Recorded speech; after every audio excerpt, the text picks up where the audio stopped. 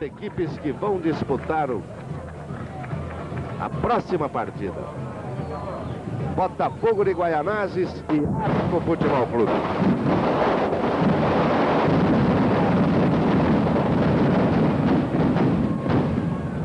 Essa espetacular saudação é de Piroshow Espetáculos Pirotécnicos.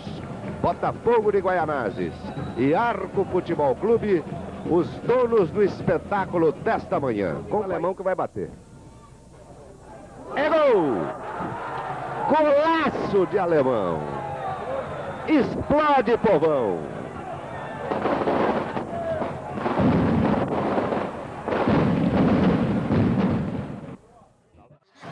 Lá vem moleque na mesa, colocou na frente, a batida!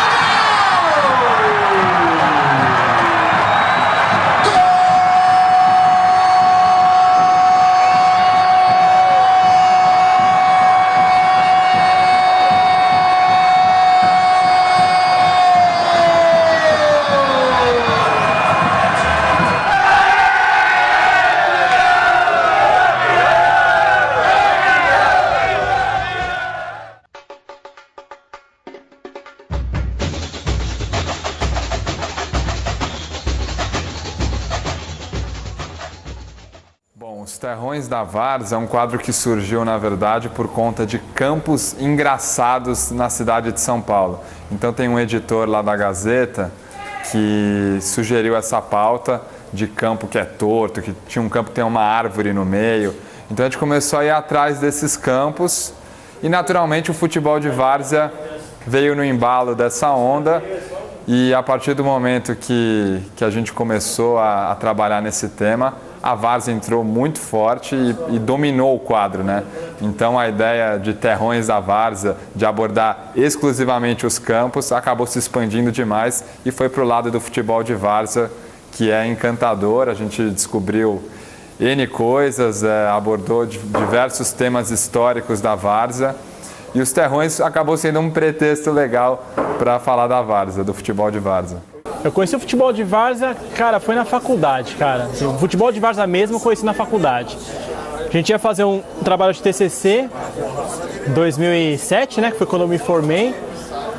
E aí ia ser um trabalho lá em Paraisópolis, onde eu trabalhava. Ia ser um trabalho sobre cultura, não ia ser sobre futebol. Só que toda vez que a gente se reunia, cara, a gente falava de futebol. Então a gente atrapalhava a nossa reunião para falar de futebol. Até que a gente se rendeu e decidimos falar de futebol. E foi um amigo meu, o Renato Rogenski, que deu a ideia de falar de várzea. Uma época, quando eu estava no segundo ano de jornalismo, fui convidado para participar de um jornal de bairro. Eu pensando, né, pelo Paulo Toledo, assim, pô, vou chegar lá, vou exercer, né, o jornalismo que eu estou aprendendo. Só que chegando lá, o jornal nem estava pronto ainda. Era o começo do começo, entendeu? Era um projeto. Como era uma coisa voltada para o bairro, na parte de esporte eu pensei em cobrir os times da região.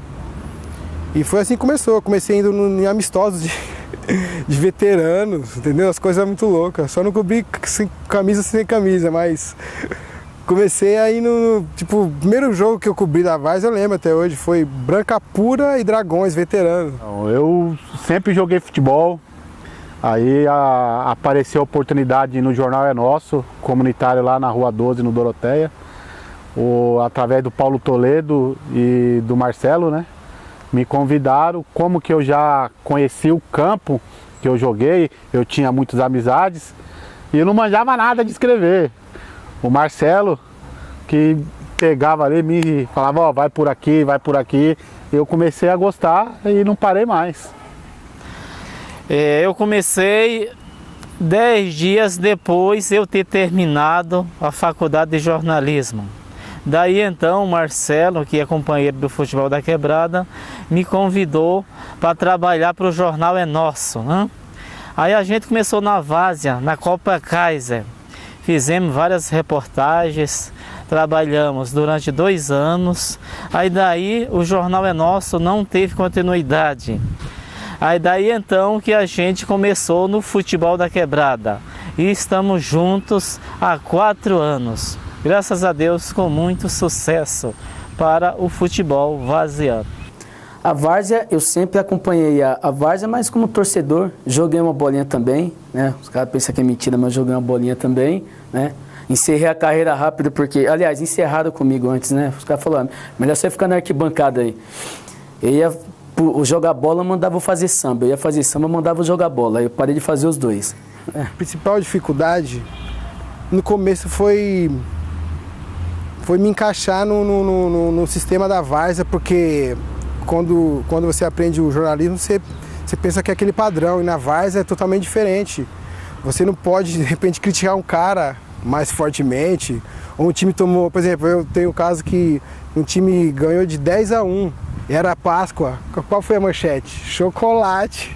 Os caras me cobraram, os caras queriam pegar. Aí eu tive que me adaptar, e a maior dificuldade foi essa mesmo, de se adaptar a novas realidades, de não poder criticar muito. E a questão financeira também, porque era mais texto, né? Aí eu comecei a tirar fotos, aí essa questão de se deslocar para a cidade inteira, de perder o domingo, as maiores dificuldades eram essas mesmo. A maior é a locomoção, né? Tem campo muito longe, eu dependo do transporte público, né? Então, às vezes, para ir para a Zona Leste mesmo, no mês passado eu gastei 3 horas, 3 horas para chegar lá no campo da Vila Formosa lá. Essa daí é o pior, desgasta, é difícil isso aí.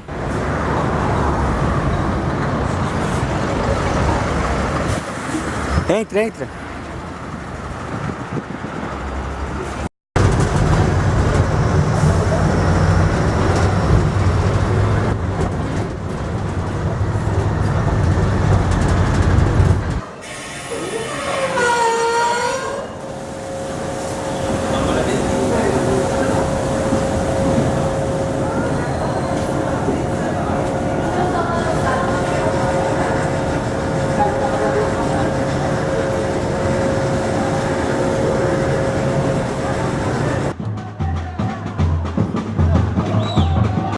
Eu estou com 4 anos de futebol de várzea e mais 2 anos do Jornal é Nosso. Ao todo, 6 anos que eu faço reportagem. E me faz falta uma câmera profissional. A minha não é profissional, Lucas. E faz milagre essa câmera. A dificuldade ali é difícil, né? Você tá sozinho ali para você marcar, você fazer é difícil num contexto geral, né? Para você pegar a informação dos times, você tá sozinho, é difícil para você estar entrevistando o pessoal dos 2 times, é difícil para você estar acompanhando todos os lances do jogo, sendo você estando sozinho ali e com material amador, né? Se você tá com um negócio mais profissional e com pelo menos mais 1 ou 2 na sua equipe, o negócio acho que dá uma facilitada e ajuda bastante a gente, né?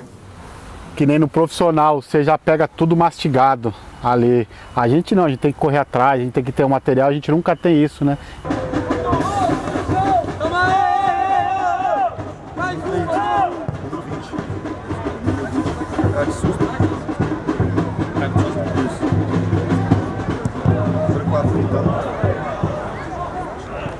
Teoricamente, a cobertura da várzea é muito mais difícil, justamente pela falta de material. Mas na prática é muito mais fácil, justamente pelo calor humano. Você, às vezes, com uma ligação, acaba descobrindo muito mais do que você precisa. Você chega no lugar, o nível de abordagem é outro em relação ao futebol profissional, por exemplo. Então, ao mesmo tempo que na teoria é difícil chegar a materiais, talvez por uma falta de organização de alguns registros, apesar de já terem muitos sites organizados e com um bom material do futebol de várzea, na prática também tem esse lado humano. A proximidade com o entrevistado é muito mais fácil e naturalmente a gente acaba se preparando. Às vezes é muito na hora também, né? Vai conhecendo o cara, vai aprendendo um pouco sobre o time na hora.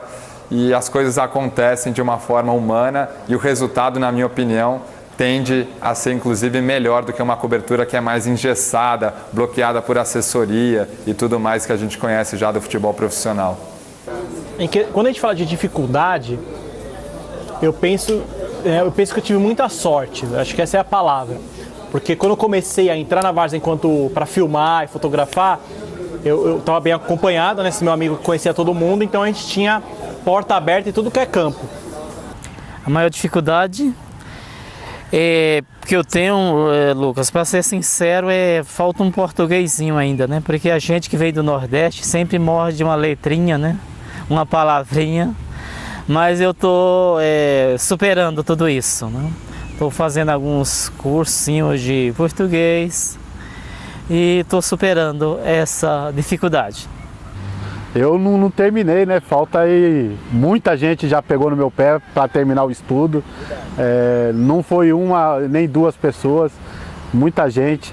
É que eu falo, às vezes você que estudou, que você já tem a faculdade formada ali, não viveu o que dentro do campo, né? Então você não sabe mais ou menos o atalho ali. E a gente que jogou, a gente já sabe. Agora no texto que eu acabei de fazer, ó, foi da Copa da Macaca. Filho da Terra goleia 9-1, goleada histórica, e pareceu história. Eu publiquei. Aí o Pio, Eduardo, tá errado. Tem que colocar histórica, não é história. Eu falei, putz, já era. Coloquei. Então... muitas coisas, é o Pio, é o Marcelo, é o pessoal que dá uma olhada e fala, ó, tá errado ali, a gente tenta acertar, mas é difícil. O cara pensa, pô, o cara é jornalista de várzea. A própria palavra várzea, ela, né, nós usamos mais como romantismo, né, como uma coisa mais, não é uma coisa pejorativa, né, mas o cara não dá valor, fala assim, pô, o cara tá aqui no sol, às vezes o cara tá ganhando nada e tá escrevendo, tá tirando foto, tá ganhando o quê? Tá pagando pau, entendeu? E não é isso, cara, a gente tá fazendo nosso trabalho ali. Na verdade, a intenção de muitos jornalistas da várzea, da imprensa varziana, é engrandecer a várzea, aproximar ela um pouco desse mundo profissional, de ficha técnica, de análise de jogo, de como foi o gol, de entrevistar o cara, de saber a opinião do cara. É isso que a gente procura, entendeu? De se aproximar disso, já que todo jogador da várzea, no fundo, ele se espelha num grande, ou pensa assim que, pô, podia estar num estádio grande. Da mesma forma, a gente que está cobrindo ali, a gente cobre com seriedade, entendeu? Da mesma forma, como fosse um profissional ou um amador, entendeu? É isso. E o principal, né? Que valorização é zero, né? Então, essa é uma questão difícil da questão financeira na várzea, porque a gente sabe que os times, muitas vezes, eles pagam R$400 para um jogador ficar no banco e às vezes você vai pedir uma ajuda de custo, eles não dão, eles choram e tal, mas eu acho que a solução seria financeira mesmo, de ajudar, de os times, os organizadores das Copas se juntarem com a imprensa varziana, no caso, e fazer uma reunião, um simpósio, alguma coisa, para ver os nossos gastos que a gente tem, né, cara? Porque não é fácil você largar o domingão e ir pro outro lado da cidade, gastar, às vezes, gasolina, condução e comer alguma coisa. E você gasta dinheiro, né, cara? Você consegue manter isso durante 2 anos por paixão, mas você ficar 5 anos nessa pegada, eu acho difícil. Acho que tem que haver uma mudança de mentalidade, de profissionalismo, já que os jogadores ganham, todo mundo está ganhando, porque a gente também não pode ganhar um pouquinho. Ninguém quer ficar rico com a várzea, não é isso. A gente só quer o justo para todo mundo, entendeu? E as dificuldades, cara, acho que a dificuldade que a gente... Porque infelizmente, né, o pessoal fala que é o charme da várzea, mas poderia melhorar um pouquinho. Horário de jogo, né, atraso de jogo. Então, às vezes, se você sair para cobrir um jogo da várzea, não marca nada com a família, com os amigos. Você sabe que você não vai chegar no horário. Então, uma das maiores dificuldades são os horários, né? E acho que um pouco de incentivo para a rapaziada, né? Para o pessoal que está lá correndo, passando o dia ali. Às vezes a gente tá o dia todo. Já, né, cara? Já você acaba perdendo. Porque se um time te paga, correto? O time A te paga, o time B não te paga, você fica meio preso naquela, inconscientemente, né? Se o outro time, o que te pagou foi mal pra caramba, e aí, como você vai bater na tecla? Como você vai ter a sua liberdade?